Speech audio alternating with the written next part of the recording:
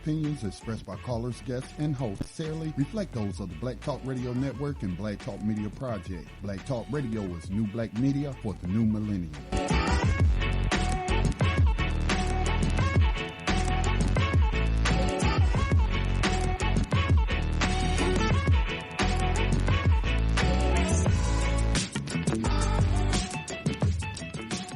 When I was an undergrad, I went to Antioch College in Yellow Springs, Ohio. And I remember coming home and, having dinner with my family and grandmother and parents and my sisters at the dining room table. And so I made an announcement. I'm a Marxist. And my grandmother said the more education they get, the dumber they get.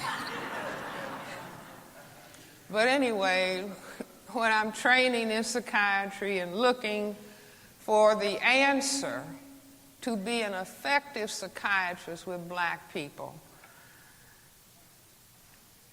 looking for the answer to racism, and I remember attending a Black Power Committee meeting. And as a matter of fact, I was doing a fellowship in child psychiatry at that point. And I would get a voice. And, if you get a voice in here, you need to see a psychiatrist. If you get a voice in here, I think that's God talking to you. And the voice would say, and I would be writing up cases at the end of the day, and the voice would say, go to a Black Power Committee meeting. Just quietly. It wasn't frightening. So when ministers say they get a calling, I kind of know what they mean. And so this would happen over and over and over again. Again, it was subtle, very subtle, nothing to shake you up or anything, because I didn't go to meetings. And so I finally went to a Black Power Committee meeting. And after the meeting, people were sitting in somebody's apartment eating African food. And a gentleman was on the other side of the room. And I heard this man say, mind you, I'm looking for further answers to racism. And I hear this gentleman over there in the other corner saying racism is a system. And it's like my mind, I'm looking for, they say when the student is ready, the teacher appears. And so I started talking to this person. The gentleman's name was Neely Fuller Jr. He wasn't a college professor. He was a guard at the Bureau of Engraving in the District of Columbia, where they print the money. And this man had started writing about racism in the mid-1950s when he was in the Korean War. And he said he was seated on his station was on a radar site up in the mountains in Japan. And he started thinking about racism and thinking about what was going on in this country, in this part of the world. And he said that the language of segregation and desegregation didn't make much sense on that mountaintop. And he started thinking that racism is a system. Now I want to repeat after me. Racism is a system. Now, I consider this gentleman one of the most profound thinkers of any color in the 20th century. Remember, we started the 20th century with our great sociologist, historian, Dr. W.E.B. Du Bois.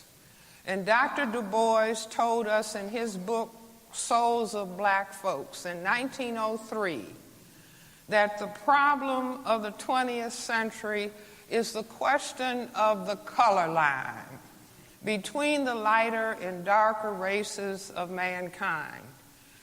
And then mid-century, Neely Fuller Jr. came along with his book, and I hope that everybody will get his book who doesn't have a copy.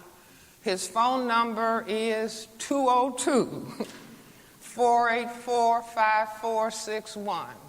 But it is a profound statement, analysis of looking at racism as a total system structure that functions in all areas of people activity: economics, education, entertainment, labor, law, politics, religion, sex, and war, for the ultimate purpose of maintaining the power equation of white power over a relative non-white powerlessness.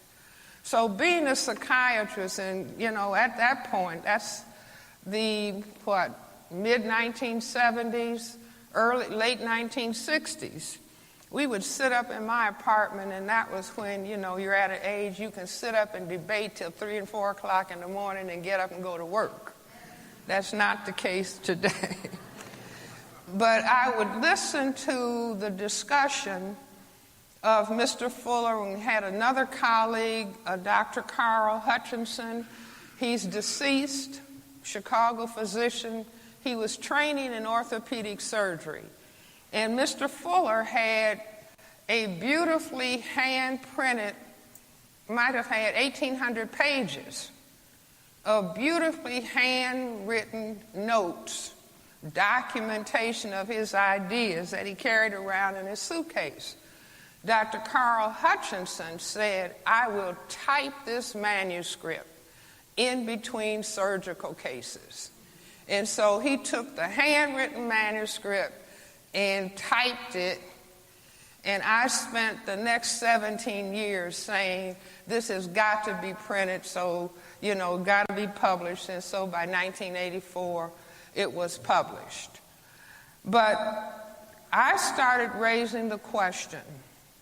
Psychiatrists always, old school psychiatrists, I say new school psychiatrists, are just supposed to, you're depressed? Well, let me write a prescription. You see, you're anxious? Let me write a prescription and goodbye. I'll see you next time for another 15 minutes. I'm old school. I see all my patients for 1 hour.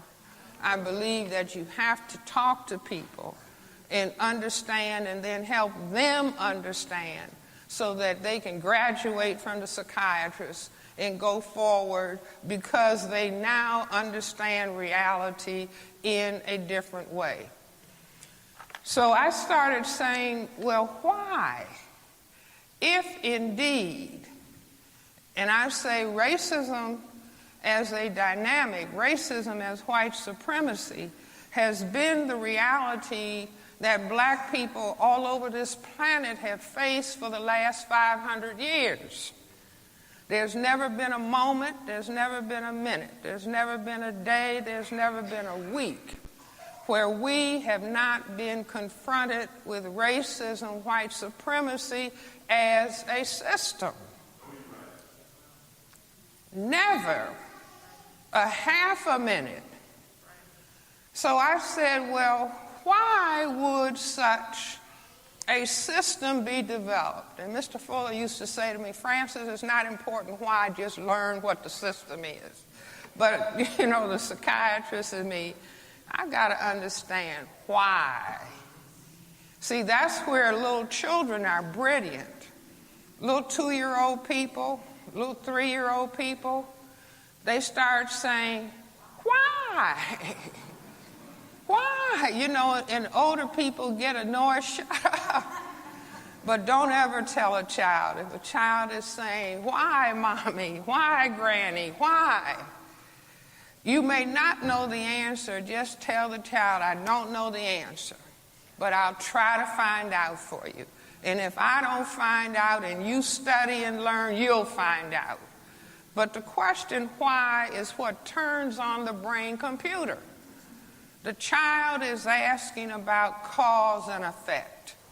And if you can begin to understand cause and effect, you begin to get a handle on dealing with reality.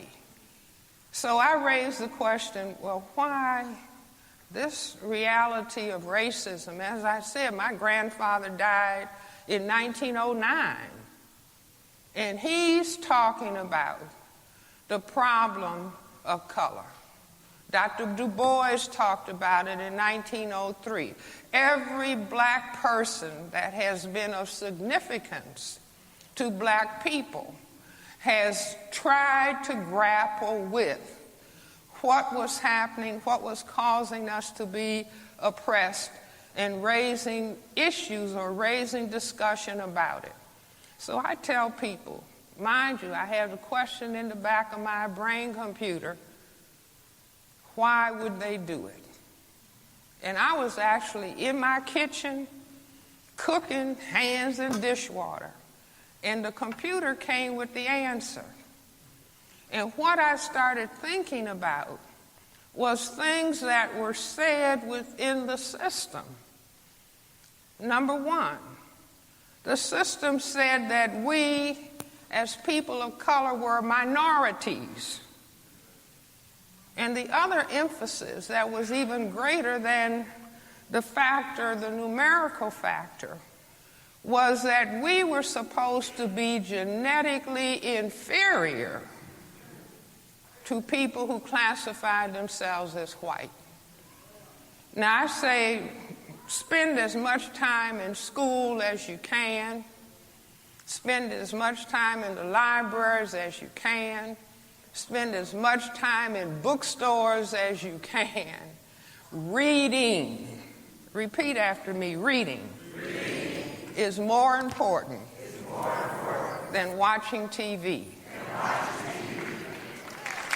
Say it again.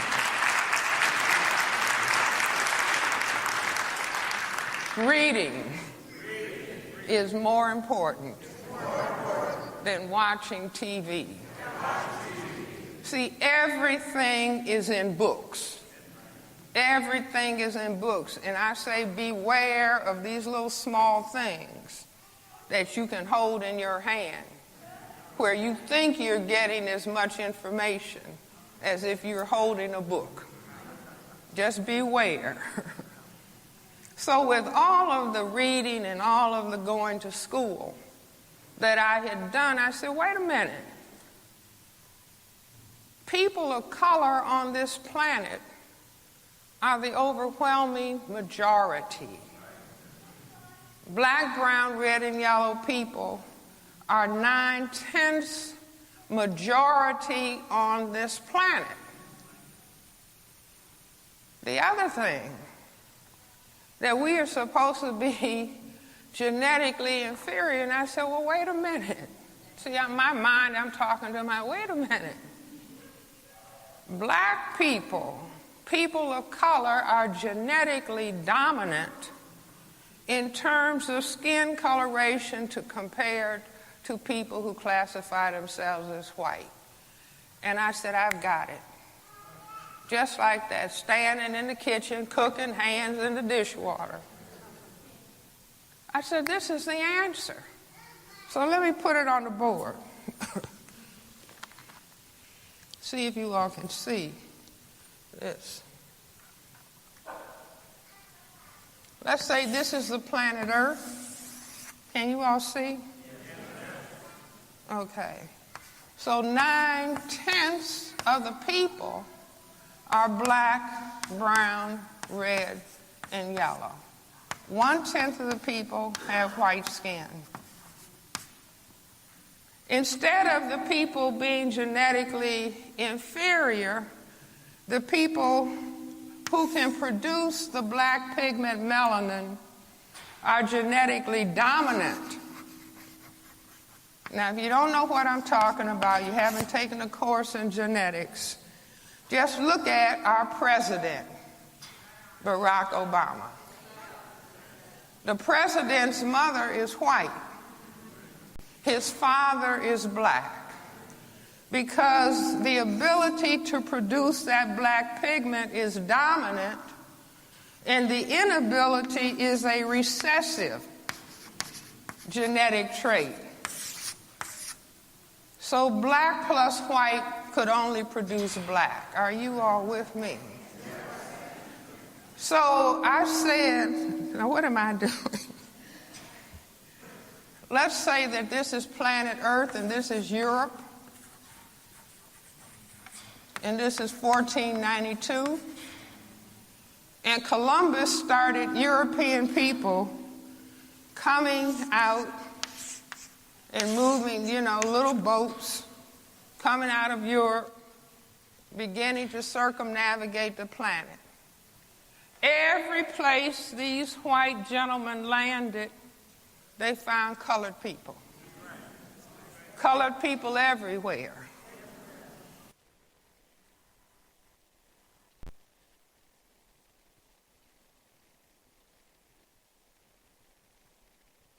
All right. This is the Code Breakers. This is Paradox. Also got DC on the line and T. Are you fellas there? Yes, sir. Yes, sir. Here. Present. Y'all getting any feedback or anything on your line? Is everybody clear? Am I clear? Yep, you're clear. Am I clear? Yeah, I can hear you. I just ordered that new mic, so it should be clear. Should sound better. Hopefully, for the next program. Indeed. Well, that was Dr. Weldon, Dr. Frances Cress Weldon. I think she was actually speaking at a church, if I'm not mistaken. But very powerful. Good information. I'll leave it there. Good, very, very good information. I do appreciate all that she's given me as far as knowledge and information. I do appreciate it. Well, she put that work in 50 years, right? Something like that. She Absolutely. put a lot of work in. It sounds like there's some feedback. Do you hear it? Say it again. Like some feedback, like a TV or a program, something on in the background? Okay, I think it went away. Go ahead. Yeah, you good. We good. Go ahead. Yeah, that was me. That's what I was asking. So I wasn't sure you could hear it or not hear it. Oh, okay. Yeah. Gotcha. Yeah, I hate using this Bluetooth, man. But the title of the program is going to be The Perception of Protection in the Western World for Non-Whites. I hate that rhymes, but it does. Kind of funny. Some of the descriptions we're going to probably touch on, I think, is just asking some basic questions such as who's in charge. And that's just kind of wrapped around,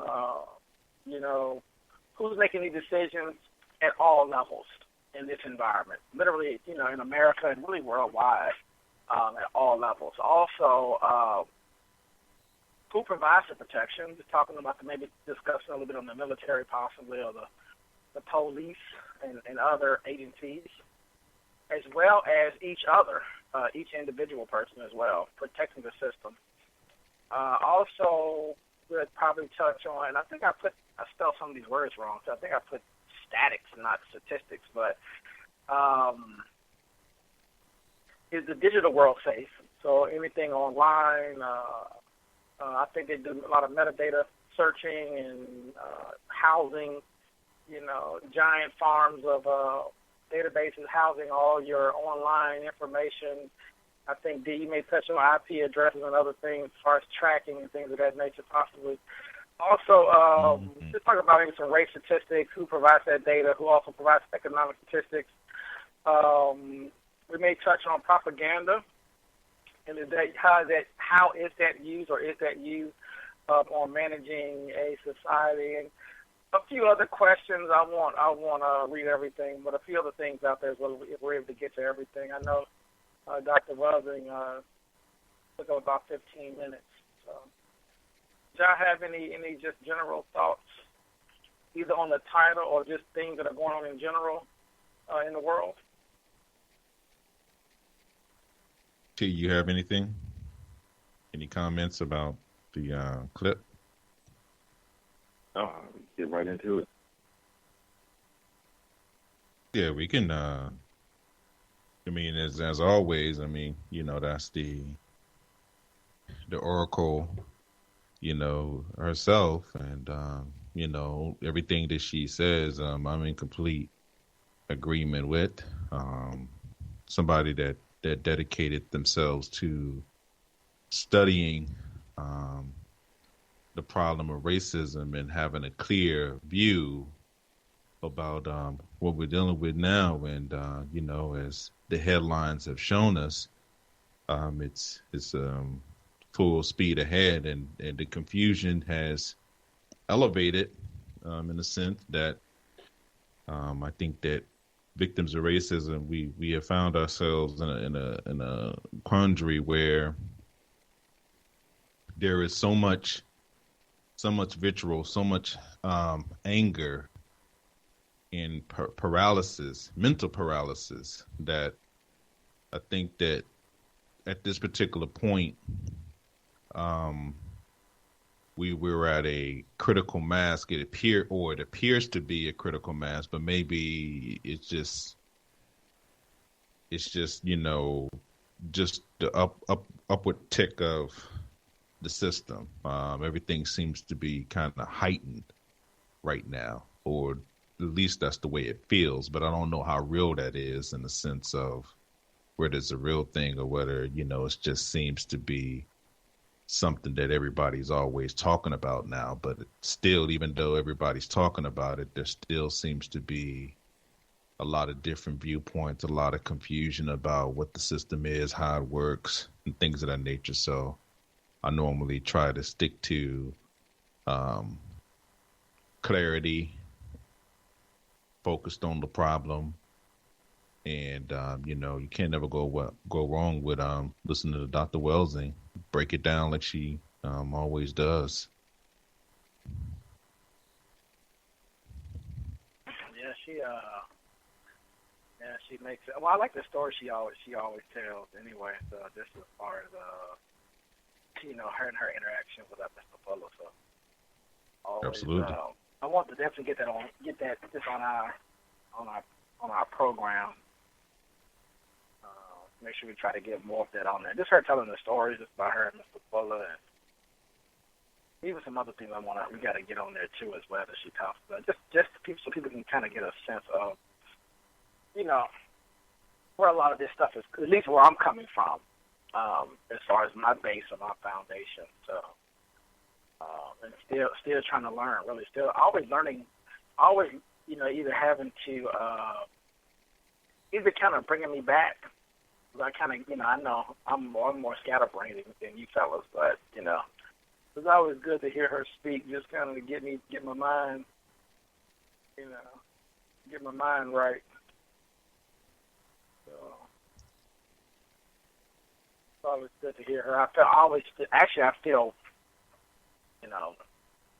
it's painful actually listening to it sometimes, really. I was listening to it earlier today, some of her other stuff. Mm-hmm. And I hate that, if she could really put things in some context now. I mean, it's really the same. It's weird because it's really the same old, but this is more,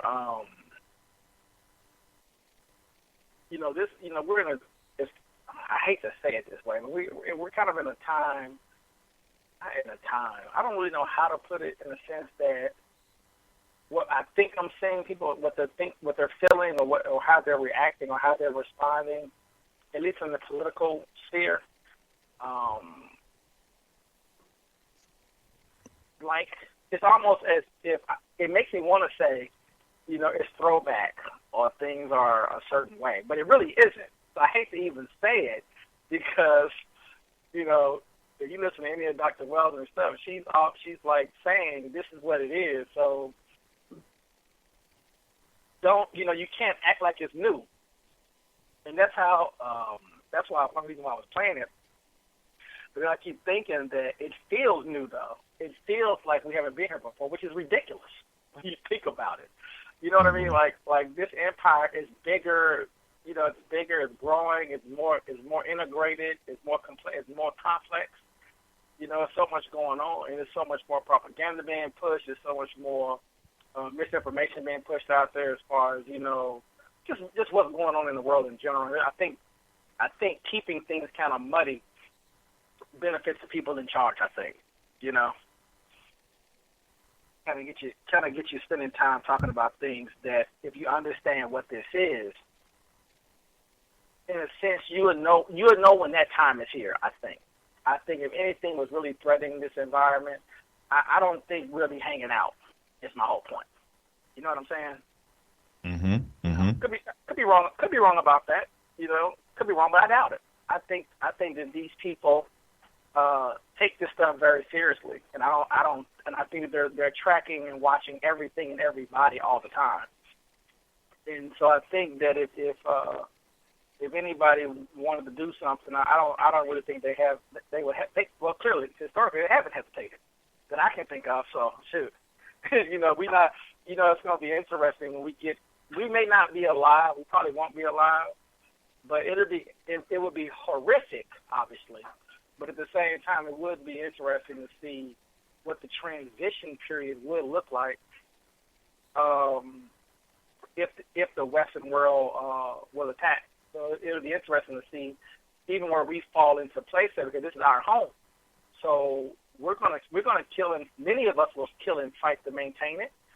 And I think a percentage of us obviously will maybe switch sides and try to get some benefits over there, and maybe what I'm saying. Like, I know all that war stuff gets complicated, but it's just something. I always think it's interesting when you try to push forward and think about what does things look like in the future as far as collapse or an invasion, even from a collapse perspective. What do some of those things even look like? Because the reason one of the questions I had listed was, I don't even know if we at this point really understand who's in charge. You even think to yourself, well, if something happens, who do you go to anyway? Like, who do you call up if something happens? And I don't know if those are some of the things that kind of tell you, like, say if your power goes out for 2 or 3 weeks, are those people that you would generally go to anyway for help? Like, is everything kind of already baked in and we talk a certain talk? But when things happen, because of how things are structured, when things happen, you have a protocol. You have a process that you follow that's already pre-built into you, from when you was a kid.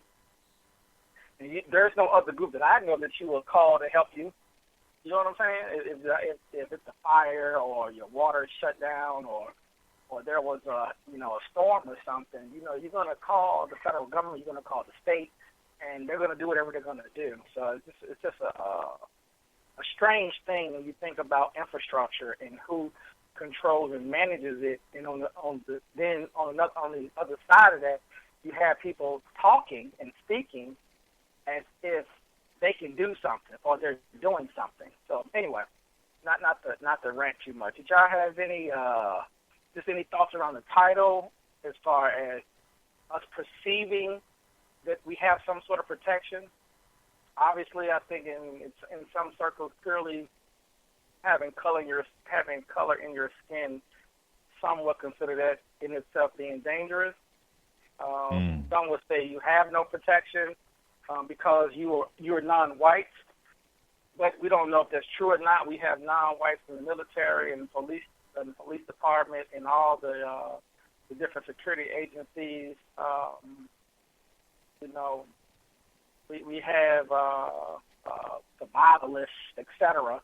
We have people who appear that they will protect us, right? When things happen, if you own a store or if you're trying to get to work or whatever, there's things in place to make sure that you get to work, make sure you can go get groceries, etc., right? And that's not obviously in every environment, but in most environments, I think people are able to get a few resources, and where I'm coming from with what I just said is thinking of like I was looking at some stuff on Iraq today, and looking at it's messy. I would just also say it's very messy in that place, based on what the Western TV tells me. But I was looking they were doing some things on Iraq and just showing just streaming some live footage. And, I mean, it's devastating. We're looking at the kids still trying to go to school, but the entire building has been bombed out, but the kids are still going to school. People are still looking for work. People are AWOLing out of the military, trying to find work to do. Others are finished with their duties and trying to find work, and are having issues because there's only so many jobs that are available at this point in time. There's really no leader there at this point in time. And so it's interesting. We have these examples all over the world as far as what it looks like when you see what they classify as failed states.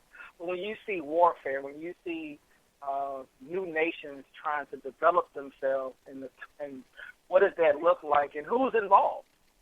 How independent is it really? What's really going on? What's kind of behind the curtain? So I thought, Iraq is kind of on the forefront, so that's why I'm looking at that. I know there's many other places that are dealing with the Western world and their control, influence, and power over the rest of the world. So that's just definitely one place that I thought was interesting when people generally talk about, building nations within nations. People talking about what they can do, setting up systems within systems. And clearly, when you're under this particular empire, approval process is what's allowed, and it's just what it is. I mean, it's really kind of silly. Like I was telling you, DC, I swear, the more I try to get an understanding of how nations are being developed in this system, understanding how things are integrated at the global level and what that all looks like, and all the players that are involved in setting up places. It seems odd to hear people in this country talk about a lot of stuff. It almost seems criminal, even possibly. What do you mean by criminal? Just that, what should you be telling non-white people when you look at the world in its reality, and you say, "Well, I'm confused if European nations, American nations, Canadian nations, they can go into places and just take what they want, topple places, replace people. If they have their sheer level of power, they can terraform an area on the planet, redo entire places, back support, set up, run all of these different game plans to make things appear and look a certain way, to ultimately get the most benefit out of it. When other people are speaking about it as if that's not happening, as if they don't have that sort of power. And again, the caveat, not to say, it's never not to say do nothing. It's never not to say to put up fight, but knowledge and understanding and study and reason and trying to get some clarity, to me, seems to be first, possibly, maybe not. Like, for example, right? When you look at what's going on in Iraq, from what the Western television tells me, I really don't know what's going on there, but I'm going to go with it. It's absolute chaos. They were showing some footage of them trying to bomb a little town with the American tanks, but the Iraqis have the tanks, and they were bombing this town. Didn't know who they was bombing, though. They were just shooting them in the air because the video cameras were there. I mean, it was insane watching it. I mean, you see the disorganization, and I don't even know what I'm going to be looking at. It just looks like, so y'all don't even know what's going on. And I'm just thinking to myself, what is this? So you have these great powers that give these states weapons and these ragtag militaries, supposedly, and they just out doing stuff. It's real. It just didn't seem real because, is this what it's like when when you're not being protected by whiteness, by the West? Is this what it looks like when they're redoing your area? Is this what it looks like when your leader decides to misbehave and ultimately you're going to be punished for it? Well, I think they were looking at some of the statistics coming out of Iraq, And you talk about most educated. I mean, the list is endless. Before 2005, the list was endless.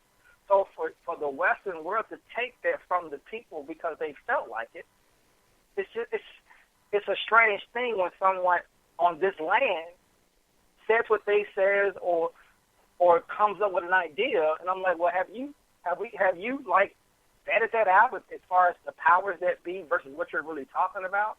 Not saying you can't do any of those things, and to be totally honest, what I'm personally waiting for, is to see in action. Right? I don't want to know about it. It shouldn't be on TV. It shouldn't be on the internet. It shouldn't be discussed. It should just be an action or an event, whatever that's going to be. And then I'm like, oh, dang, we got some colored folks that's really putting this, just really trying to make things, challenging. The point of that even is what the repercussions are.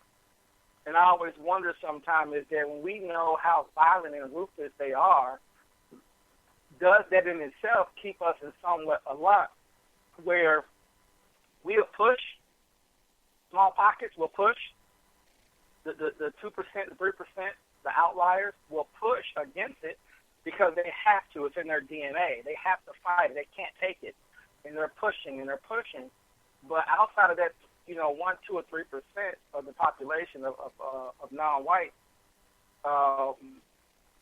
everyone else is either complying out of fear, complying out of being beat down so much, or complying trying to get close to the whiteness and trying to get approval. We have many different scenarios and many different reasons to that. But I just think the thing is if they're protecting me and at the same time violating me, how does the brain process that? How do you start to compartmentalize and segregate your mind out to allow yourself to function, and at the same time you can even pretend that they're not in charge for some reason, or say it in a different way that feels better, and not really recognize the level of power. Now, I don't know if you should recognize the level of power. Does that make you more weak, or should you just go in blindly and just go all the way out? I don't know. Historically, I'm not totally sure what has. I'm not sure historically. What has it really done? I don't even know if, and I think you had mentioned before, DC. I don't even know if the capacity is there to be able to, just the ability to put that much blood on your hands. I don't even know if that exists. You look at some groups that are out there who are fighting back in different forms, and even theirs seems to be small. It seems to be desperation. It doesn't seem that organized. It really seems more ineffective and a nuisance. It's blood, it's death, but it still seems to be like, I don't know. It's just interesting what you hear and what information you're saying. And then you kind of pull back and look at it seems to be kind of a small thing that's being handled. Like, I was thinking about when the Europeans were going west in this nation and how it was pretty violent. And I'm sure if somebody was writing about it back then, they was probably thinking, man, we're going to lose. These guys out west are too tough, right? And I can see somebody writing during that time frame saying, man, it's hard, it's complicated, it's tricky. I don't know what we're going to do. This is going to be the end of America. Like, I can see someone commentate real time, even like they do now. People, non-whites talk real time like these people didn't literally shut down most of the planet. Not like these people have a navy that controls the waterways. For the most part. They got some negotiations and other things of that nature, but they pretty much run the waterway. That's 3/4 of the planet. I don't know what you do with that information. I could be wrong. I don't know. But I think it's interesting that during the time frame when they was massacring indigenous people in this land, that they were fighting back, they were killing a lot of them, and they were setting up all these forts, all through the West, all through the Midwest, forts everywhere, setting up forts, protecting the settlers. They're coming in, and they had to be thinking to themselves, man, this is tough. But look at where we are now. You know, tens of millions, if not hundreds of millions, massacred. Had no problem doing it. No issues doing it. Actually did it, named places after them, and integrated into the, took the names and everything and like merged with it. I'm just thinking to myself, that's just, I go back to who's providing protection. I mean, who's in charge? Who's pushing the propaganda? And how do we deal with all of that? But I'll pause right there. What say you, T? Well, there's a lot of there's certainly a lot of logistics, military hardware, and planning that goes into building a nation. To me, building a so-called black nation, or however you want to dub it, I think if you're not talking military as one of the first and primary points, if you're talking economics and not military as your first and your basis of things, I think we're going to have some serious problems. I mean, just being realistic, not trying to be fatalistic or be what, some people might construe even our program to be kind of negative and discouraging. There are obviously things that people can do within the system to try to survive and make a way for themselves or for others or as a group. But as far as building a nation with its own sovereign government, currency, what have you, it's going to take a lot, and I think military will be the basis for it. Now, with that being said, what's interesting is that when you look at across the globe that the U.S. sets up, they set up government, they set up public government. What's ironic is that, the mainstream media puts out this propaganda saying that the elections were interfered in by the Russians. But that's what the U.S. does, globally, interferes in elections. Not only do they interfere in elections, but they depose leaders, they set up coups, they assassinate leaders, government officials. So it's just ironic to hear them keep talking about the Russians interfering in the U.S. elections, which, in fact, another thing people need to realize, I think, is that there is no government. It's just, all of this is a sham. It's a show. Get your participation. The government that was originally set up, I guess, if you want to call it that, set up on this landmass is long gone, at least based on the principles that originally was set up for. Thinking about it, I was thinking about it today. It crossed my mind that you have a government, so-called, that has been established to carry out various, I guess, agendas. But the thing of it is that what I notice is that the majority of so-called white people are comfortable with a certain level of injustice, even for their own people and for the world in general, as long as they have a place at the table, a seat at the table, so to speak.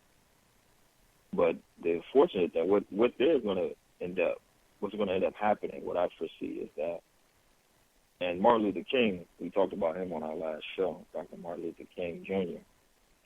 Talked about him on our last show, like I said, named after Martin Luther King, who posted the 95 Theses on the door of the Roman Catholics, back in the 14th century, I believe.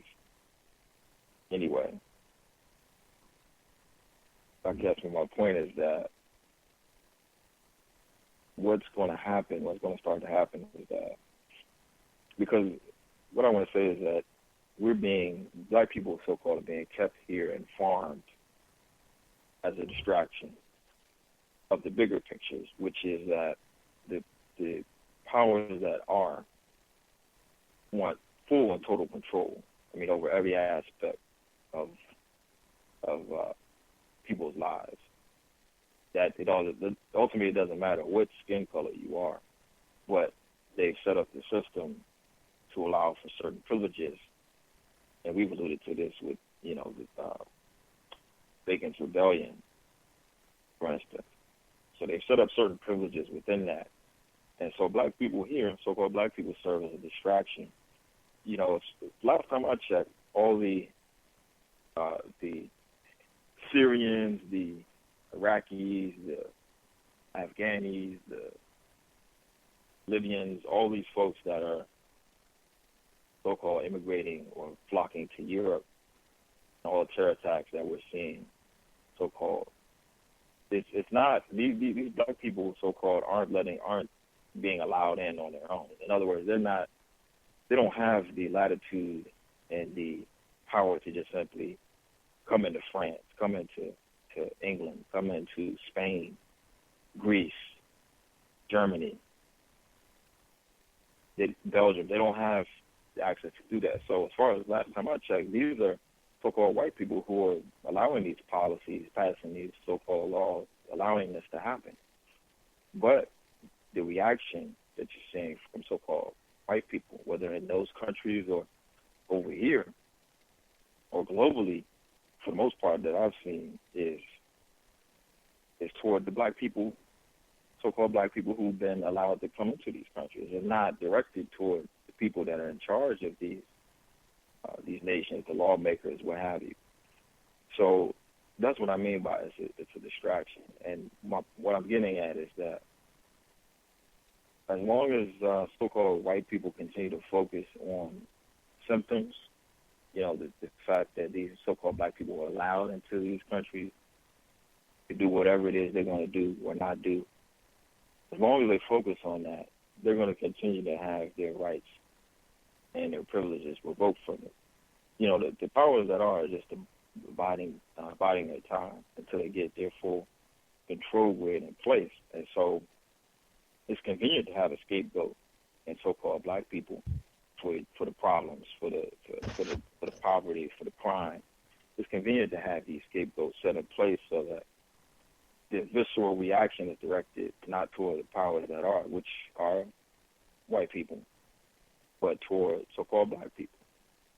And so as long as white people continue to allow that to drive their reaction, they're going to end up losing a lot of things, gun rights being one of them. And I'll leave the floor there. Yeah, that's good analysis, man. One of the things that have became painstakingly clear to me over the last couple of weeks as these new headlines have came out about now we have the victim of racism, Charleena Lyles, that mother of 5, and I think that either she was pregnant with another child, and same thing, murdered by race soldiers, police officers, whatever you want to call them, slave catchers. The murder of Philando Castile. And I think they just showed a different video of that particular murder. And I don't need to watch it. I don't need to have any more evidence about what's going on out there. I think that, if you're listening to this program, I would tell people to protect your mind and your hearts, because what you're seeing is something that they're normalizing right in front of our eyes. The system, well, what we call the system of racism, white supremacy, is a system of psychological warfare that is brought out within physical contact amongst people. These people have defined themselves as white, tribalized themselves as white globally, and have effectively went about the business of basically, just alluding to what you said earlier, Paradox, they have terraformed the planet. And what we mean by terraform, they have created a culture to where people cannot even survive in environments now without succumbing to their way of doing things. This is just the fact of life.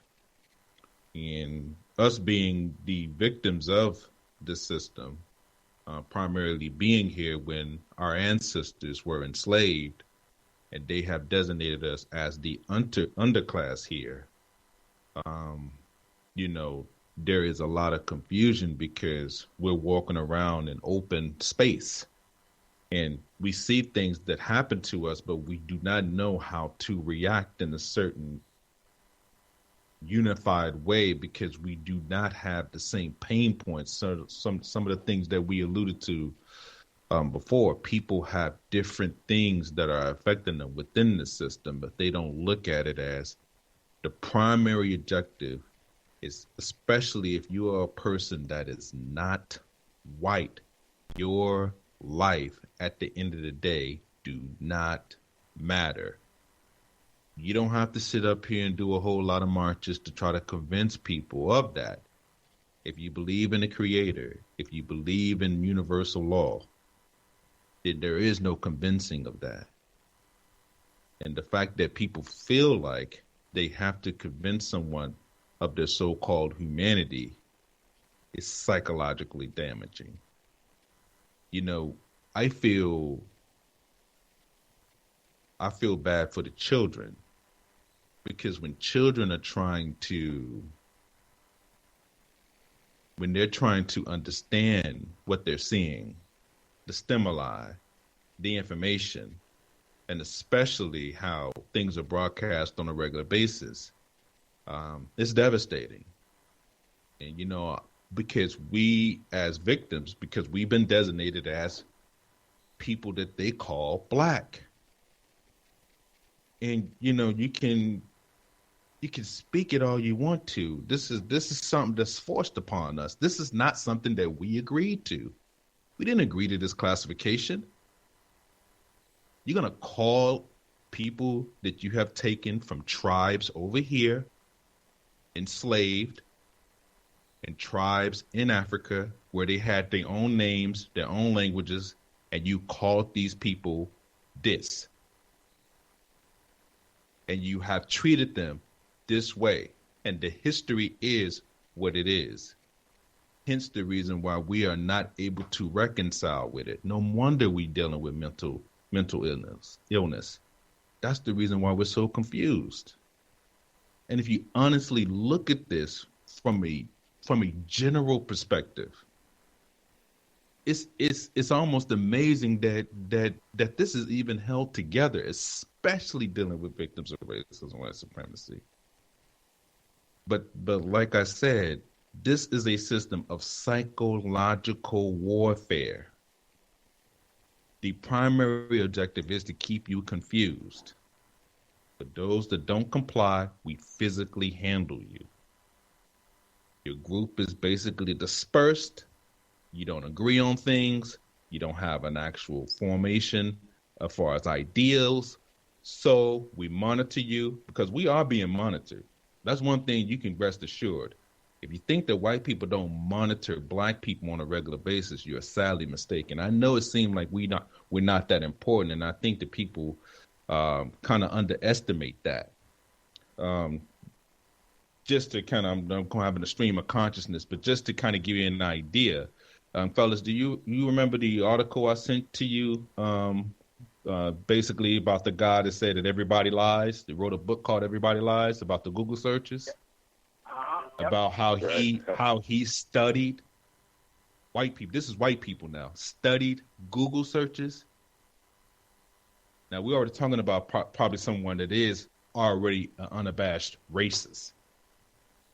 Now, this is a person that studied economics. When he went into Google searches, he said, this is a person that basically studying just whatever people type into Google, that mostly what people are studying or talking about is racism. But we don't have any racists. You ask the average white person, are you a racist? Or is there such, oh, no, I'm not racist. But everybody is talking about racism. Everybody is studying racism, including white people. How do we live in a system like this where we can't even tell what the truth is? It's like an actual other side of the mirror. It's like what we present on the outside is fantasy.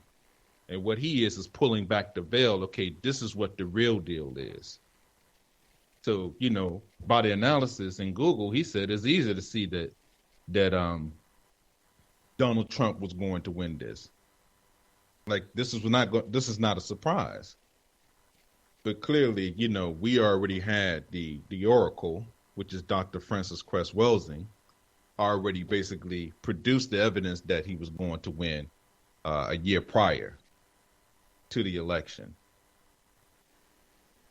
So having clarity about this system is what is needed the most right now. Before anything, before you want to go in and get into economics, before you want to be like white people, before you want to kind of pattern yourself around these people that are constantly destroying the planet right now, think about what you're saying to yourself. Think about how they have developed their mentality and how they have basically isolated themselves into this group. Like, this is something that they need to be studied. And,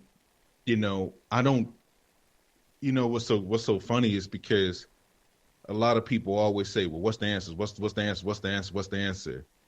And, what I would suggest is you have to begin with the analysis of what this particular problem is, the gravity of it. The gravity has to get to you. You have to understand what we're talking about. What we're asking for is to ask these people to do the total opposite of what they needed to do to take over the planet. I'm not talking about black people defending themselves. Defending yourselves would not stop white supremacy. It won't. Defending yourself, you have to have an aggressive, it has to be an overwhelming force. It has to be something like War of the Worlds, something that's going to change the strata, the structure of how things are done. Because what has happened prior to us being here has already happened. World War II, World War I, the Native American wars, the Spanish American War and all that type of deal. That has already happened to where the conquest has already been complete. We talk English. They have designated us to an actual classification. And we're fighting over that. We're fighting over a classification that another group of people have given us. Think about that for a second. We're trying to tell people that you're not really black, but you don't even know what tribe you're originally from. You don't even know what your bloodline truly is. And I don't care whether you think you're from here or whether you think you're from Africa. Doesn't matter. You have no idea of what your ancestors spoke 1,000 years before this time period. That's not unless white people tell you. That's the gravity of the situation. That's the power of the situation. And for the ones that do know, they're running to be white. To the ones that are already in Africa, the ones that are already in other places where there are people full of color, they're trying to come here to practice like white people. That is the sickness that has basically infected this planet right now. But we want to be white. We want to be white. Because that's all I hear. That's what I hear when I hear people discuss about solutions within the system of racism, white supremacy. I will repeat this, and I'm going to repeat this very succinctly. Either the system exists or it doesn't. Either there's racism, white supremacy, or there isn't. grapple with that reality. I mean, fellas, we sit like 15 minutes away from the White House. If you think that we're lying, if you go to Capitol Hill and you look at the people that's in there, most of those people that are making decisions, that are talking on a regular basis, are white folks. How many black senators do we have? Like, I mean, come on now. Let's just be honest. Are there even black governors? Is there one black governor or two? I mean, the things that we need to be honest about, we're not being honest about. Like, it's sitting right in front of your face. It's sitting right in front of your face. We are not the decision makers in this particular environment. So that is what we have to begin with.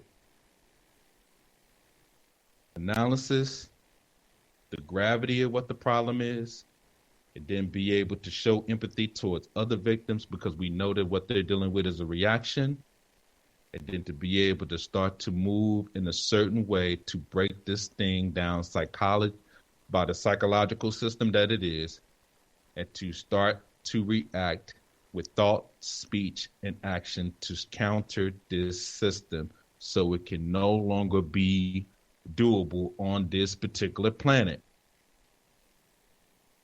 That is the actual workable solution. Now, if white folks find out that we are actually trying to counter the system, they may decide that, hey, full stop, we need to basically have an elimination process instead of slowly eliminating them like we are doing right now through the prison complex plantation and through diseases and health issues and all this economic strifling that they're doing to our people right now. They just say, well, we just need to just basically declare, well, full stop. I mean, either way it go, white supremacy is an active amoeba system. It's active. It morphs. It moves. It swallows. Just sort of like what you were saying earlier, Paradox. It swallows ideas. It then makes it their own. It changes your language. It buys you out. It makes you think that whatever you're doing is basically countering the system when you're basically helping it to maintain the system. That's what we're dealing with right now. That's how all-encompassing it is right now. No, I do not think that this system that it cannot be defeated. I do believe that this system can be defeated. And in fact, I believe this system is on its way to being defeated, whether it is by its own destruction or whether it's basically us doing things psychologically to eliminate this system. But anyway, we have a break coming up, and we shall be back in just a moment. We are the Code Breakers.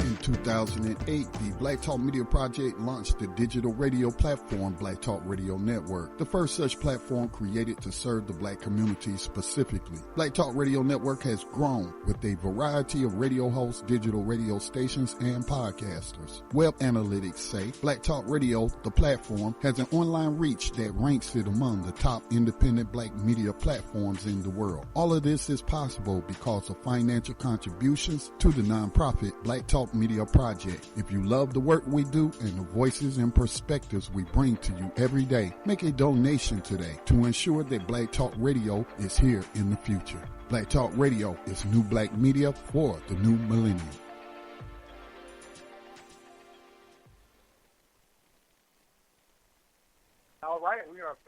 This is the Code Breakers. DC, did you want to finish up? No. I'm good. I just wanted to just kind of reiterate that the gravity of this particular system and the hold that it has on our minds and our bodies cannot be understated. This is a system that can be defeated, by the way, but it's going to take us being honest, being empathetic towards our own people, and to be able to begin to deconstruct this psychological virus mentally that has basically streamed out through consciousness for Black people abroad, globally. Do you find that it's interesting that there is a percentage of people on the planet who actually is actively fighting back, who's it seems at least for 5 centuries, if not further. I know we kind of live. That's the kind of space that we're going to live in. Literally, these last 5 centuries, all over the world, you've had a minority of people, a minority of the majority of non-white, actively fighting. You know, the indigenous people of this land gave their lives trying to stop it every day, day in and day out. You know, making deals, getting weaponry, sacrificing. And, you know, it's just what I find interesting is that they had to kill for this. You know, nobody was laying down. You know, they went to the continent, they had to kill. They came to this landmass from the Arctic, you know, all the way down, you know, claiming and taking. And much of it they had to fight to get it. They had to be conniving and sneaky. You know what I mean? It's interesting that when you look at their behavior and what it took, you know, and really when you think about it, that's what I was bringing up. Really, if you look at, you know, I think, and I could be wrong about this, but I think the continent feeds Europe. And I don't know what the numbers look like as far as resources, but I don't think Europe has any resources. If I'm not mistaken, we can look that up. I guess to get whatever numbers they put out.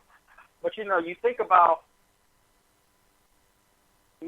what Dr. Webster said with the 1/10 to the 9/10, you're just thinking about them going just to the continent, for example. Just stay right there for a second. If that place stops, if they leave that place alone, if that place comes together and pushes back, and these things are going to take place, you know, I think that Europe will starve to death. See, I don't, you know, I hate that I hate that we're not, you know, aliens in a spaceship or, you know, they haven't got to us yet. So we can kind of look at it from the outside, and it's very difficult to be inside trying to get an understanding of an empire, especially when all your life you've been told that's not what this is, and to tell you about these old stories of Roman times, and that's what that was back then. But really, you're living in it, and should be studying this, not wasting time thinking about a lot of the older things when it comes to what we're dealing with. But anyway, it's a scary thing to think that we have this place that they call Africa, this continent with all these nations that they set up, and much of the resources, if I'm not mistaken, much of it goes to Europe. And I'm just thinking, like, well, what would they do without that? What are they willing to do to maintain that? You know, and even when the British and the French, not to get into too much history, but even when the British and the French and the Spanish needed labor and also use this land to grow goods and services, that also is telling you that there were no resources there as well. So I just wonder mentally, you know, them knowing, because, you know, one thing we talk about all the time is that they monitor everything. They count everything on the planet, how much water is available, how much farmable land is available. You know, what do the numbers look like for the next 10, 20, 40, 100, 200? And they do the coal numbers. I think they talk about 200 years of coal supposedly in the ground. You know, 500 years of natural gas all over the world that can still be tapped. So they're managing and discussing and thinking about resources. And much of the resources it's not there. It's not in Europe. Obviously, a lot of it is in this country, even though they've stripped a lot of it out. So you think sometimes how real a lot of this stuff is, meaning that if nations decided, if people as large groups started to reject whiteness, you're talking about tens of millions of people starving to death that are white. So them knowing that already, in my mind, I'm thinking, like, if they already know that, what are they willing to do? What are they, you think about what they was willing to do to get to where they are now. And you think about the energy. Just think about it. Everybody who's listening to this call probably has possibly paid some taxes, meaning that your energy, your time that you've given, has went into building this country's military. This supposedly, from what the Western media tells me, this is supposed to be the largest military on the planet. What the government websites tell me, they spend like $1 trillion a year. I don't know what that number even means, but that sounds like a large number, and I guess that means something. And they got a lot of weapons all over the world, and all these small towns in America builds a lot of these missiles and tanks, etc. They're just thinking about the amount of spying that they do all over the world, just tracking and monitoring constantly. And I'm not sure I think it's hard to process that. Y'all have any thoughts around that, or did y'all want to move on away? I just want to share right quick. I was watching. It was a stupid movie, in my opinion. Kind of funny how stupid it was to a degree. But The Great Wall with what's the old boy's name? Matt Damon. Matt Damon. There you go. Yeah. Jason Bourne. Yeah.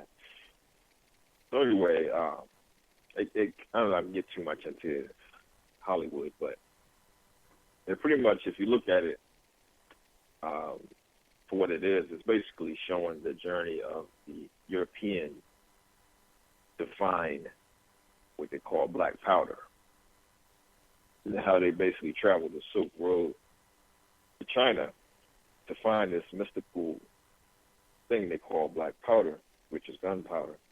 Mm-hmm. Something that was invented like the 17th century in China for fireworks, for celebration, warding off evil spirits, things of that nature. But then it shows how they acquired this black powder through trickery, and were able to bring that back to Europe and create weaponry. It kind of makes you wonder. I know DC has sent me a video some time ago called, I believe it was called Germs, Steel, and what was it? Guns, Germs, and Steel. There you go. And so it just goes and shows how drastically different things might have been if Europeans had not gotten a hold of gunpowder. And because, obviously they used the gun to rule the planet and even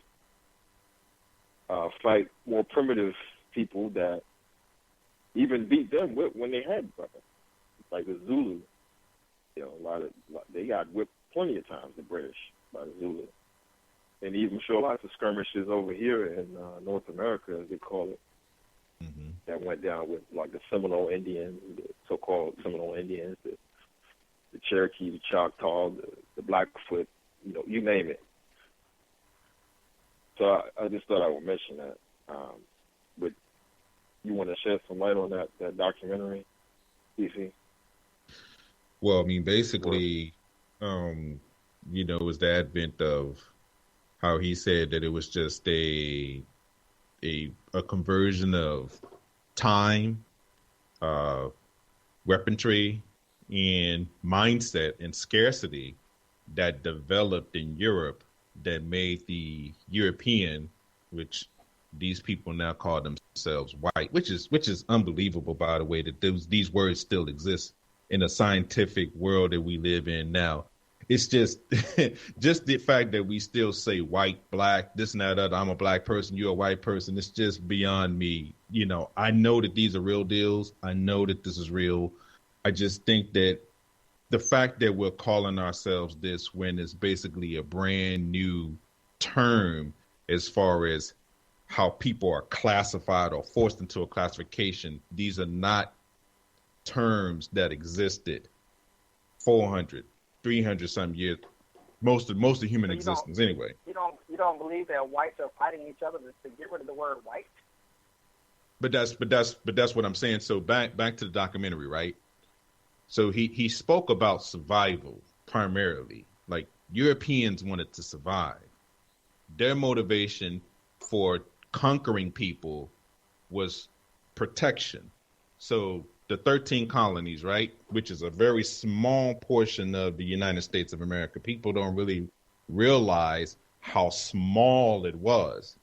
The reason why people don't believe that Maryland, Virginia, and all this is the South, which it is, by the way, is because they don't think about the United States as 13 colonies. They think about the United States as Texas and Louisiana and Alabama and the rest of the South, which came at a later time, which was basically dominated by the French and the Spaniards. See, America was divvied up by colonization, so it was colonized by different European groups that didn't have a concept of whiteness as of yet, by the way.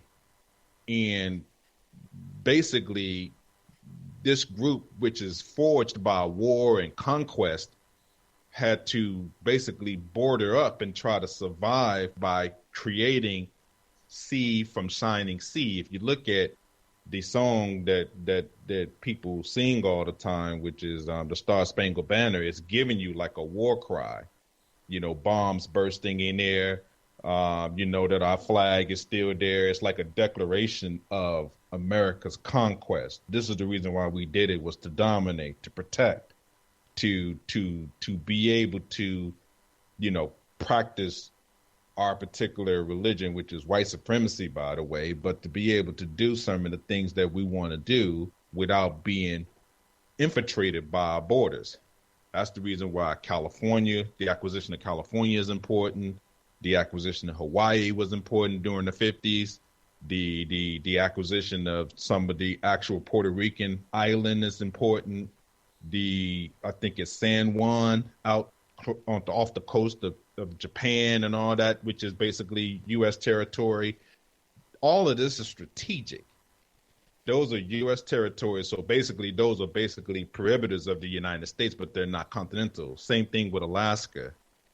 Those are strategically placed around the globe to where America has a foothold in these places where they're practicing racial colonization of these groups of people that are there naturally, plus people that come there, basically that are white people that come there to live and to practice their particular culture, drain as far as like making people now part of the whole American system.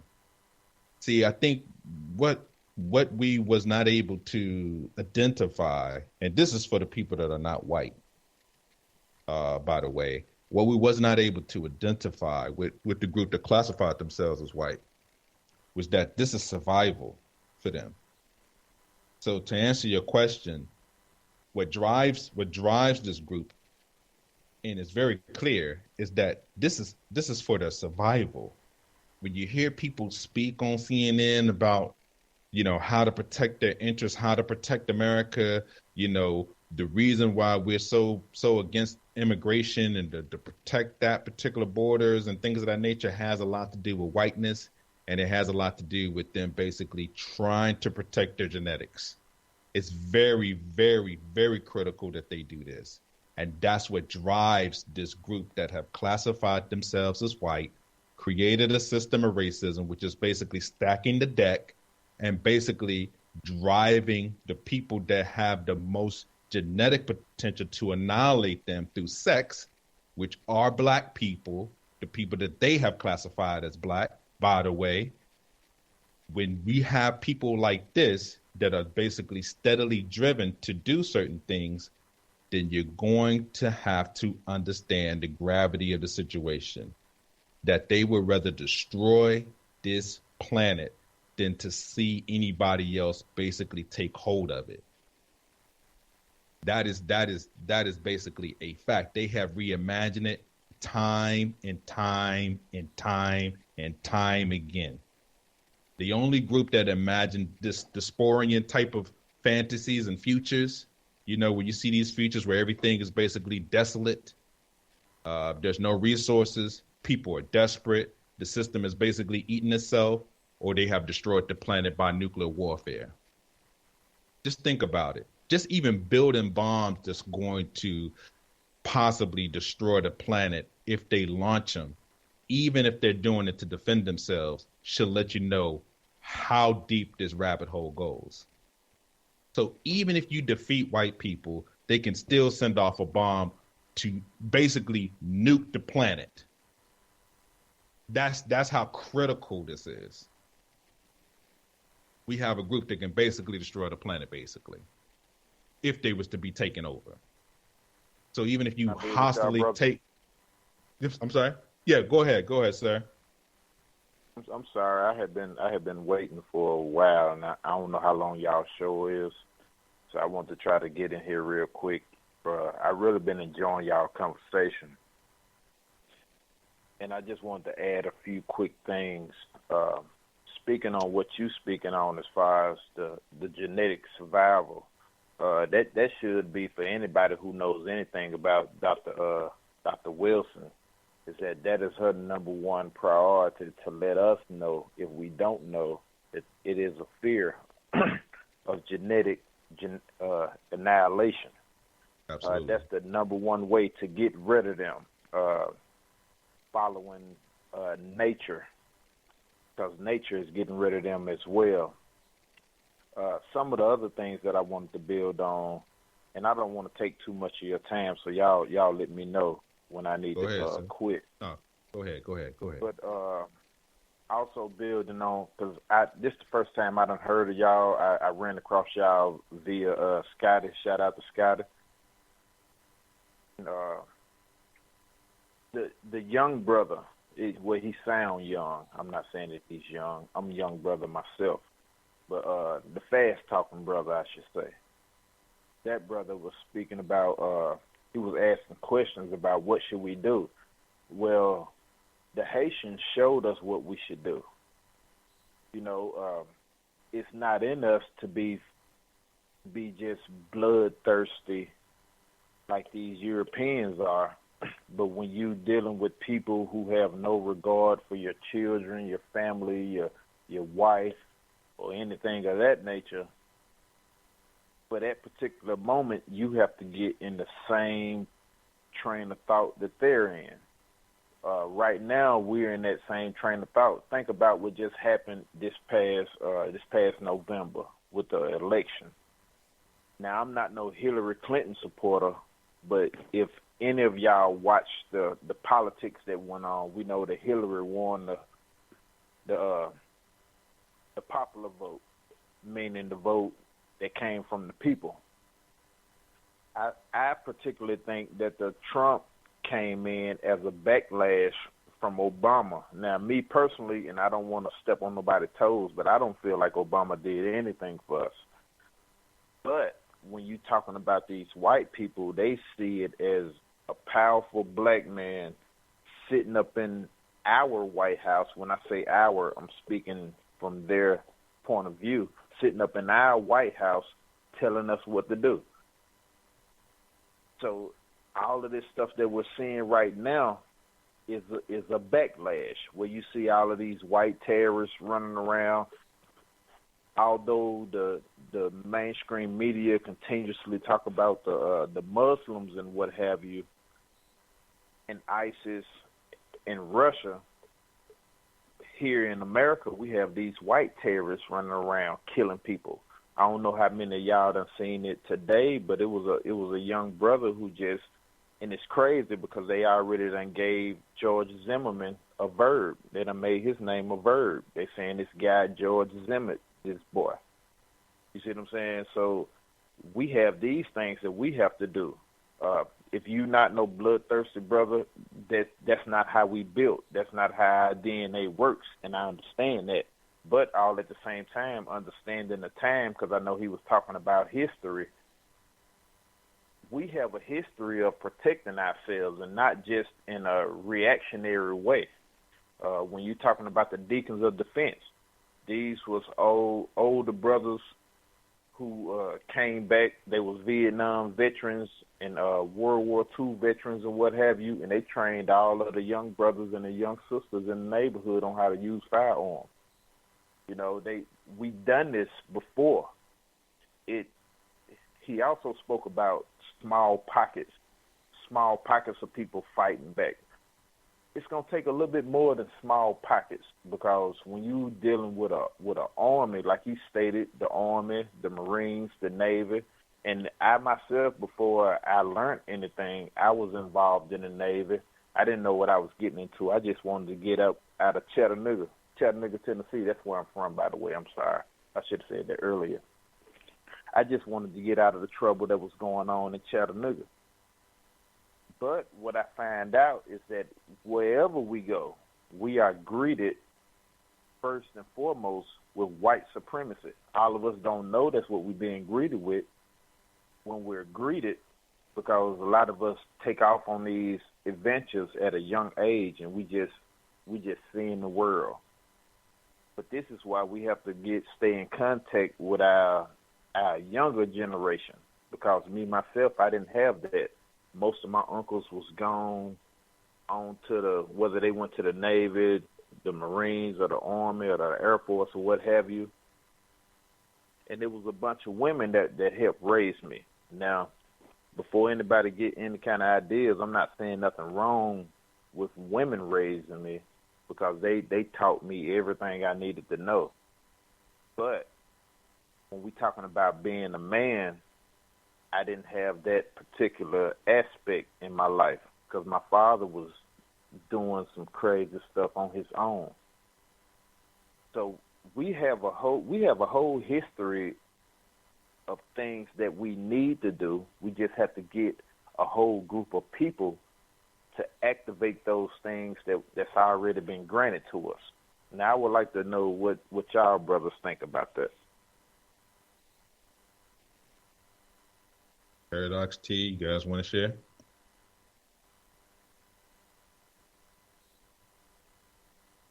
First of all, thank you for calling in, brother. I appreciate your thoughts. Absolutely. Good to have people call in. Shout out to Chattanooga. I've been out there before. Beautiful, beautiful area. Been out to, I think, Overlook Mountain is out there as well. Correct me if I'm wrong, but yes, sir. You're right. Yeah, you're right. Okay. Yeah. Absolutely. So, and with respect to solutions, I think we all agree on this call that there are solutions. If you're talking about military, which I think would be the ultimate in terms of a solution, because even if you look at the history of the what later on became the United States of America, it was forged through military.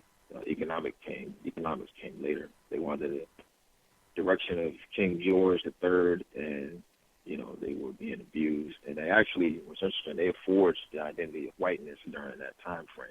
Part of it during that time frame. So not only were they trying to find a national, I'm kind of giving that background. I get to my point, but not only were they trying to form a national identity for themselves, because they were all separate individual states, colonies. Some people were Georgians, I guess Virginians or Virginians. Some people were Marylanders, some people were Yankees from New York. So they were citizens of their states. And so the so-called founding fathers, what they call so-called founding fathers or framers, they wanted to forge a national identity. And part of that process was to create the identity of whiteness, because, and I'll make this little history tidbit quick to get to my point. The United States of America, if you look at any other national government, like you have the United States of Mexico, the United States of Brazil,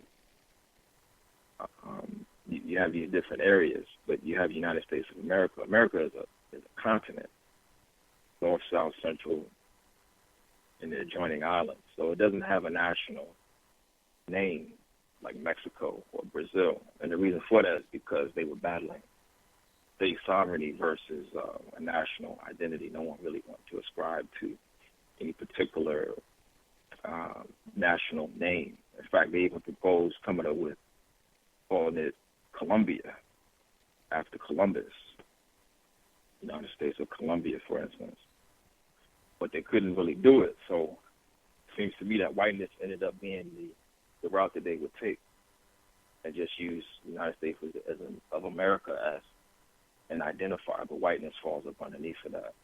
Or maybe it was on top of it, but I say it to say that unless we forge some type of identity, and this is just my opinion, outside of blackness, which was created for us and imposed upon us,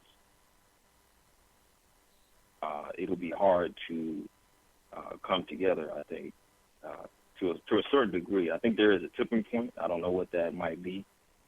I mean, I don't know how much death and killing it takes of our people for us to come together. But I think there is a tipping point. What that will be, we're interested to see. But once an identity is forged, then you can start to come together and create some sort of military apparatus. Obviously, anytime you talk military, if you're talking like the Black Panthers or what you mentioned about these individuals, I guess they were ex-military. Yeah, that's what preceded the Black Panthers, the Deacons of Defense. Right, there you go, Deacons of Defense. Anytime you start to come together in a militaristic fashion, that, of all things, sends up red flags to so-called white people immediately. So stuff will have to be very covert. Well, can I add something? Because I want to, if I may, I would like to, when each of you respond, I would like to not give a rebuttal, but just kind of add on to what you're saying. And you're absolutely right as far as, because we done seen economics thrive through our community. Most people think of Black Wall Street. First thing they come up to their mind is Tulsa, Oklahoma. Well, we had Wilmington, we had Atlanta. And I could go on and on. There were several places, but the one thing that we didn't have was a adjoining military, because when each of those places were attacked, initially they was took down, and they all had help through the federal government. So I agree exactly on what you're saying, and that's why I was asking, how many of y'all brothers take some of your brothers and your sisters, nephews, and nieces, if not to the gun range, just out to the pasture, the way they can learn how to shoot cans. Little small things like this. One bullet takes down one man. Does that make sense? Oh, no, yeah, I agree. Go ahead. You get it, DC. Yeah. Just real quick, and I think that maybe I understand exactly what you're saying. I am of the idea that now that globalization has taken form, there are a list of things that will be an issue as far as, and I'm not talking about defending yourself. I think that what you're speaking about, if I'm not mistaken, is primarily defense, correct? Like defending yourself and your family? Not necessarily. I mean, that should be the first and foremost, but because it's a lot of people that believe that we're in a war. And I'm not saying that we're not. I'm not saying that we're not in a war, but the only thing that I say is that if you're in a war, you have two parties. And when I say two parties, I mean two sets of people, regardless of color and race, that's engaging with each other. As of right now, and for the past almost 500 years, we've just been recipients. So I don't say that we're in a war. I say that we're being abused. Now, when the brother brought up an interesting he brought up an interesting topic when he was talking about small pockets of people who fought white supremacy. Think about Malcolm X. Think about Marcus Garvey. Think about Martin Luther King.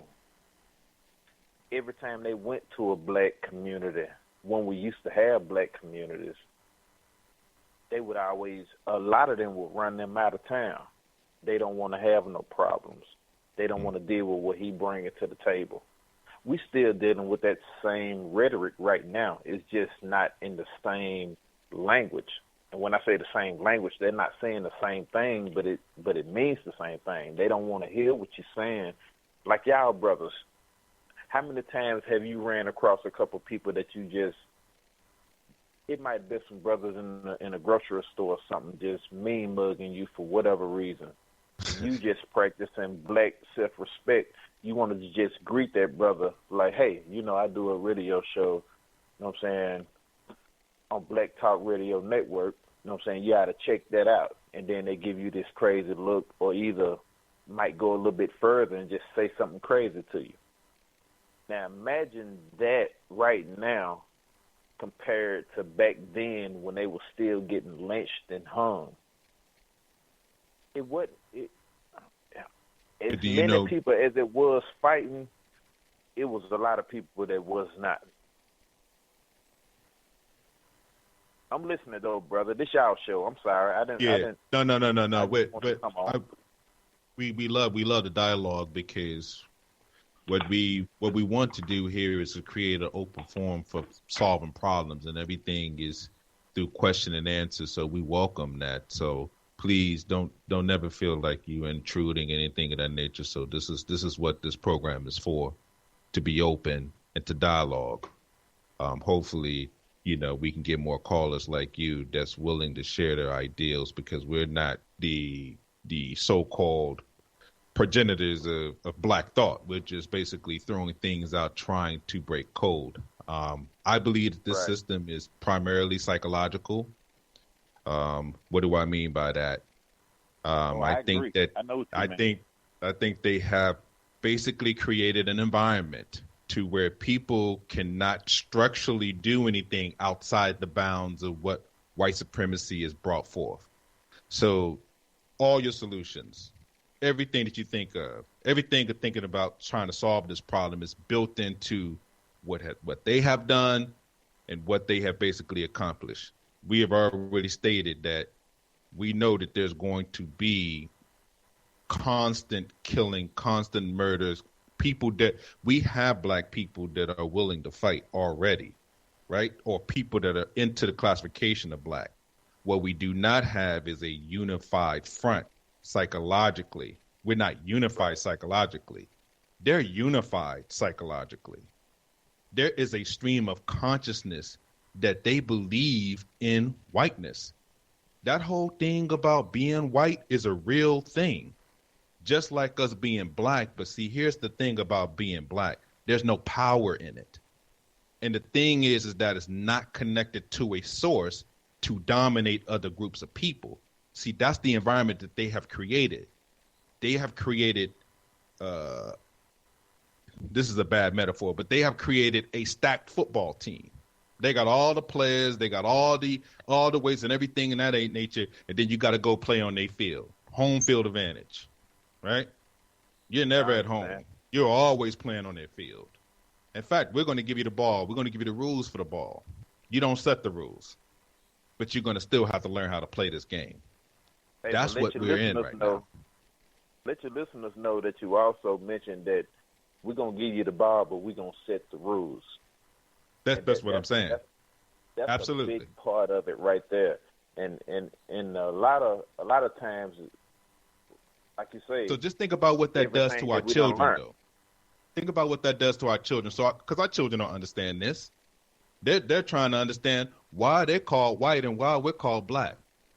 Right. Like, can you imagine a child asking you that, and you got to walk around and try to talk about, and you got statues, we in the D.C. area, so you got statues of Robert E. Lee up, you got statues of George Washington, Thomas Jefferson, people that have raped people, you know what I'm saying, and created this country, and these are basically people that have just spilt their whole gene pool as far as like what their ideas of what life should be about, and that you have to explain this to your children.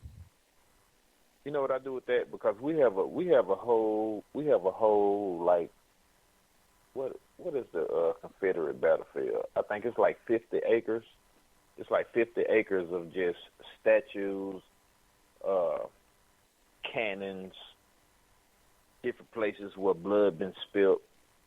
I take my children down there. I do. I take my children down there. I let them know who done this, why they done this, and the reason that they done this. And see, that's the beginning. That's the beginning, though, brother. Don't do that. Absolutely not. Yeah, absolutely I not. I agree with you because I got a friend of mine because I do a show too, and hopefully I'll be side by side with y'all because we have these conversations on a daily basis. Like I said, Brother Scotty he didn't send me a message or what have you, but he sent the message and I seen it, and I just wanted to see what y'all brothers was about. And like I said, I enjoyed the conversation most definitely. I tried to get on earlier, but it wasn't working, so I decided I was just going to see if I could speak and let y'all know I was on. But it's been a most definitely y'all have really been putting y'all been grinding the gears. The gears. Y'all been grinding the gears tonight, and I appreciate that, man, because it needs to be more of us doing this same thing. But to answer your question, though, I think about this stuff, and I don't know if y'all listen to Tando. That was the show that started a little bit earlier than y'all. And I was just telling the brother Dave who run that show is that the questions, because it's as much as I feel the way that I feel, and you three brothers feel the way that you feel, your children are going to be the ones that's going to answer those questions. So what I do, I have 5 children. I have 4 daughters and I have 1 son. I ask all of my children the same question. I never get the same answer. But the answer that they give me initially is never their last answer. See what I'm saying? So I always keep their mind turning. And like I said, I take them down to the Confederate battlefield. Everything is interesting, especially to my son, because he's number 4 on the list of 5. So everything is interesting. But after he get interested in it, I let him know what it was used for. I let him know why they even started this battle to have this part. And it always sparks something in his brain. So these are just a few of the tactics that I use. And like I said, I'm just glad y'all accepted me to be able to talk with y'all, because I've been listening to y'all for about the last hour and a half. So I appreciate y'all letting me talk, man. And I'll let y'all go ahead on and do y'all thing. Hey, man, appreciate you. Thanks for sharing. And always feel free to give us a call and, share whenever you want to. We appreciate you, brother. Paradox, do you have anything you want to add? I know you haven't spoken in a while. No, that was good stuff, man. T?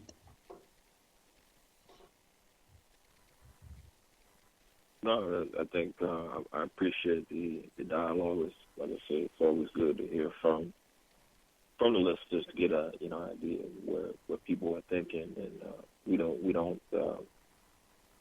I don't think we get a whole lot of callers, and I've even heard that maybe people can share what they think, but I've heard that sometimes it can be some of the stuff that we say needs to be slowed down. I think that was the word that was used, or made a little more simpler on a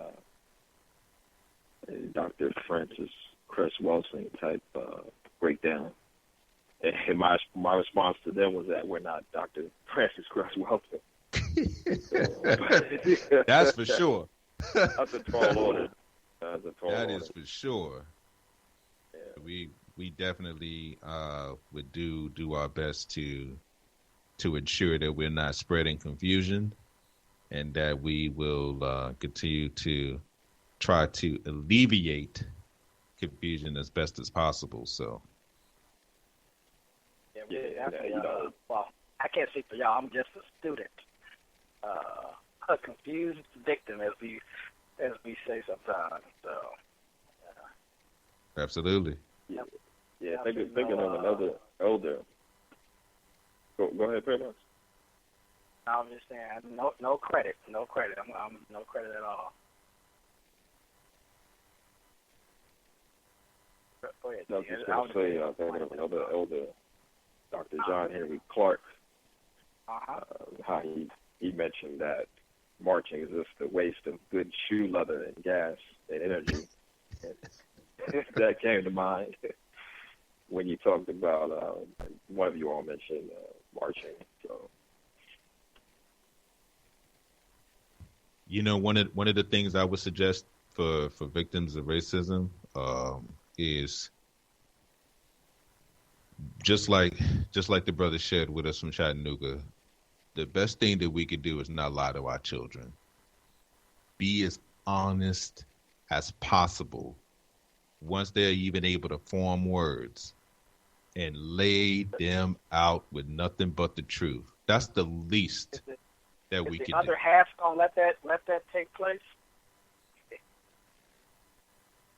Like I said, for people that are listening to this program, I was making a point that you have, You're right. You're right. You're right. That's true. The whole point of the story is for protection and assimilation, for protection, for safety, for security. That's why I had asked the question even at the beginning, from the topics list, who's providing our protection? Because you can't tell someone to tell the truth without making sure that you tell them that it's dangerous. That Agreed. Family members and friends is gonna counter what you're saying. To try to say, you know what, your father's crazy, do this and do this and do this. If you want to go down that rabbit hole, let me know. We can have that conversation. Cause you know how that gets, right? Oh yeah, I do. And then you throw the church members into that too. Now go ahead, brother.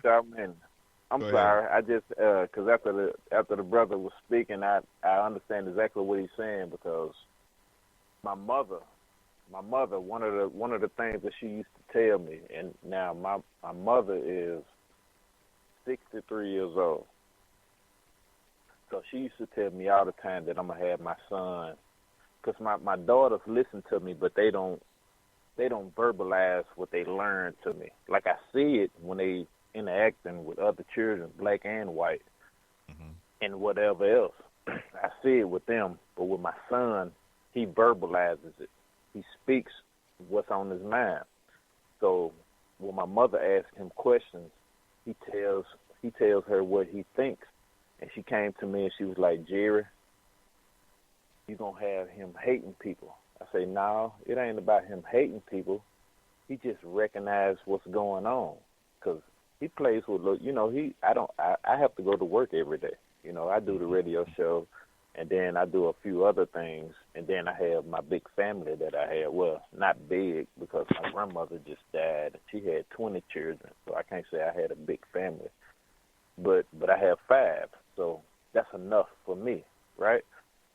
But he does everything, and he verbalizes everything that he does. And she was afraid that he was going to hate white people. I was like, no, he's not going to hate white people. He's not going to hate nobody. He just recognizes what goes on. And as far as for the people who tell you not to do that to your children, whether it's your parents or what have you, all 4 of us on this call right now, and anybody else who's listening, we all grown. These are your children. If you got a problem with your spouse, you don't take that out in front of your children. You talk to your spouse and make sure that she knows or that he knows what you're doing and why you're doing it. Like my mother, I made sure that she knew, because she didn't have the time to do that with me. You know, I took care of my younger brother. And when I went to my father's house, I took care of my younger sister. So I would tell them certain things that they never even thought of, at least that I knew about. But years down the road, they come back to me. It's like, I'm glad you told them that, Jerry. I don't know where you got that from, but I appreciate that you told them that, because it helped them in certain situations that I never thought would have came about. You know, you can't always worry about what somebody else telling you, because y'all brothers have the truth inside of y'all. You have to spread that. You can't be scared to offend somebody, because if you do, then you're going to smother out your own life. Does that make sense? Agreed. Yes, sir. Yes, sir. Definitely. And I echo that, because just like you said, I mean, it alleviates confusion. The biggest strength to this system is psychological. Believe it or not, that's manifest through physical. Yeah, that is the Dr. biggest Wilson, thing. Man. That's the biggest thing. Yeah, absolutely. It is a system based off genetic survival, whether subconsciously or consciously. They're going to do whatever they need to do to survive. It don't. Can I add one more thing? Yeah, go ahead. And I'm sorry, man, because I do like to talk, and I apologize for this. No, this is good. This is good. I talked about Barack Obama being the first black president, right? Well, we know that his mother was white. And everybody else in the United States knows that. Absolutely. But when these white people look at him, though, what does that tell them? This is what happens when these races intermix. There you go. So what happens to them? They no longer exist. They wasn't mad about his policies, because if we look at the policies, he done everything for them. Right. I mean, I said that when I first came on to the show, is that I don't really like none of the stuff that he done. He didn't do nothing for us. But the fact that they have to look, no matter what the policies are that he done passed, they have to look at this brother who has a white mother. His father was black, so now we have the first black president. Do you know the psychological damage that happened to them? Do you remember all of the hanging nooses and the burning dummies that they had representing Barack Obama? Not only that, but the attack on his daughters. He has daughters. They attacked his daughters. They attacked his wife. They attacked his stepmother. I mean, not stepmother, but his mother-in-law. But that's the point. That's the point. You know, it's funny you say that, because the article I was telling you about up in Washington State, up in some of the school systems, you had some of the whites and non-whites pushing Black Lives Matter, and typical, obviously, they had you had, I guess, one story. You know, who knows what's true and what's not, but you had one story where the 7-year-old white child is telling his mother and father that he feels or she feels bad about being white because of all the, you know, the discussions they're having in the school systems about, you know, Black Lives Matter, et cetera, et cetera. And I was like, well, I've read about that. So if the child at 7 already knows, that it knows that it's white, and this is 2017, then I was doing the math, so I'm thinking, well, for the next 80 years, right, because the child lives to 70 or 80, so for another 80, you know, it's like you were saying, I think, earlier, DC, about, I forgot what you had mentioned, but it had me thinking about that just because, you know, they keep telling you that race don't exist, or race is less of an issue, or race isn't an issue, or things are more, you know, more whatever they're supposed to be. And then you get a 7-year-old kid who's aware of his whiteness and feels threatened by blackness at 7.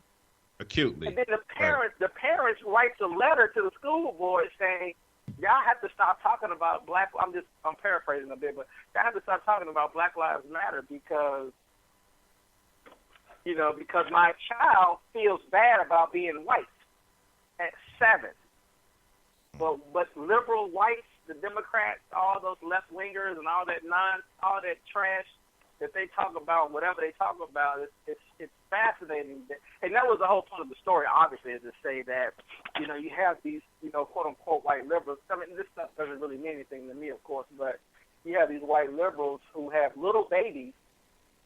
You know, shout out to the cow. Gus does a great, consistent job week in and week out of explaining to people that you have teenagers and preteens that still not only are aware that they're white, they recognize their whiteness, they worship their whiteness, their parents and grandparents reinforce their whiteness, and as we always talk about, all of those trillions of dollars all gets passed down and transferred, you know, to those white children. All the land ownership, 90+% of the land that's owned by whites gets transferred to the white, you know, to the white children.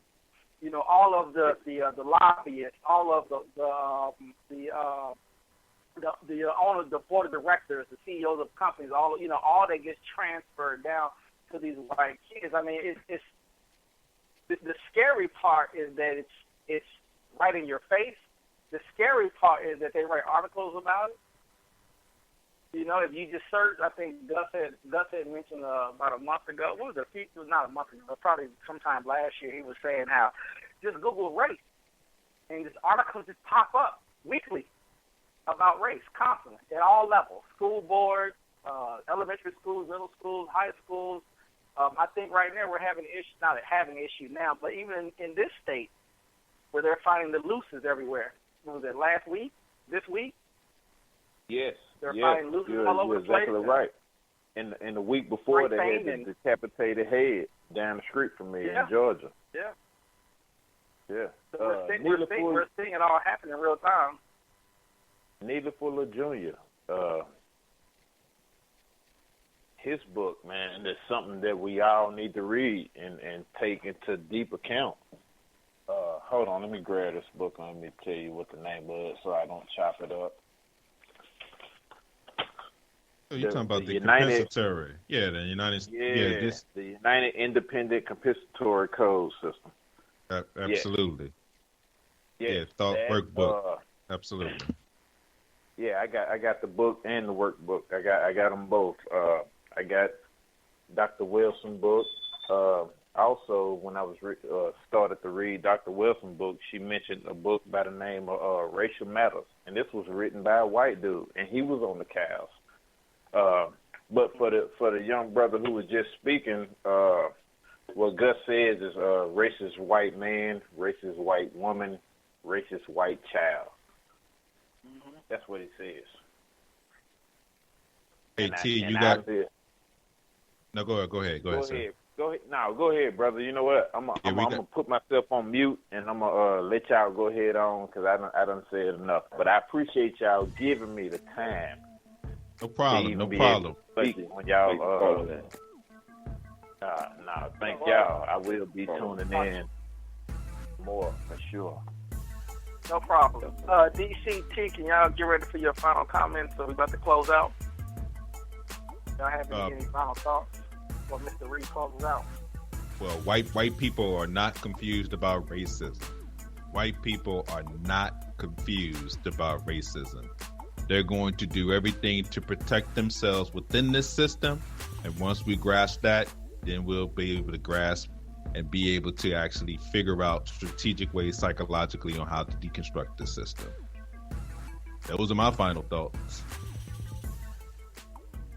My final thoughts are just to be honest with ourselves and realize and understand things for what they really are and not take it as being disparaging or negative and use that as a point to go forth from there.